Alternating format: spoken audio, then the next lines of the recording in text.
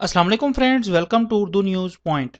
Toothbrush करती 5 साल बच्ची ने अपने गले में सुराख कर दिया।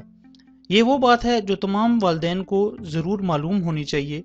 अमेरिका में गुज़िश्ता दिनों एक 5 साल बच्ची टूथब्रश मुंह में लिए बेड पर छलांगे लगा रही थी कि नीचे गिर गई और इसके साथ एक ऐसा खौफनाक काम हो गया जिसको सुनकर वालिदैन कभी दांत ब्रश करते बच्चों को अकेला ना छोड़ेंगे।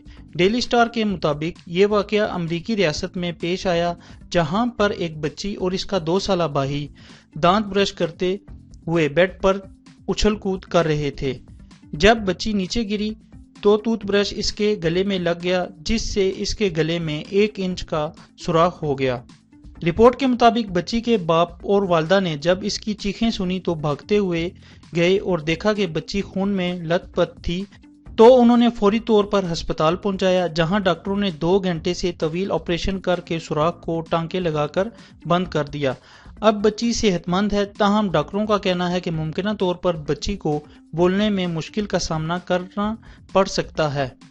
इसके बाद बच्ची के वालिद का कहना था, मैं तमाम वालिदैन को नसीहत करूंगा कि बच्चों को कभी भी मुंह में कोई चीज़ लेकर उछल कूद ना करने दें। इससे नाकाबिले तलाफी नुकसान भी हो सकता है, जैसा कि हमारी बच्ची के साथ हुआ। मजीद लेटेस्ट न्यूज़ के लिए मेरे चैनल को सब्सक्राइब करें। वीडियो अच्छी लगे तो लाइक, कमेंट, शेयर ज़रूर कीजिएगा। Thanks for watching this video. अल्लाह हाफिज़।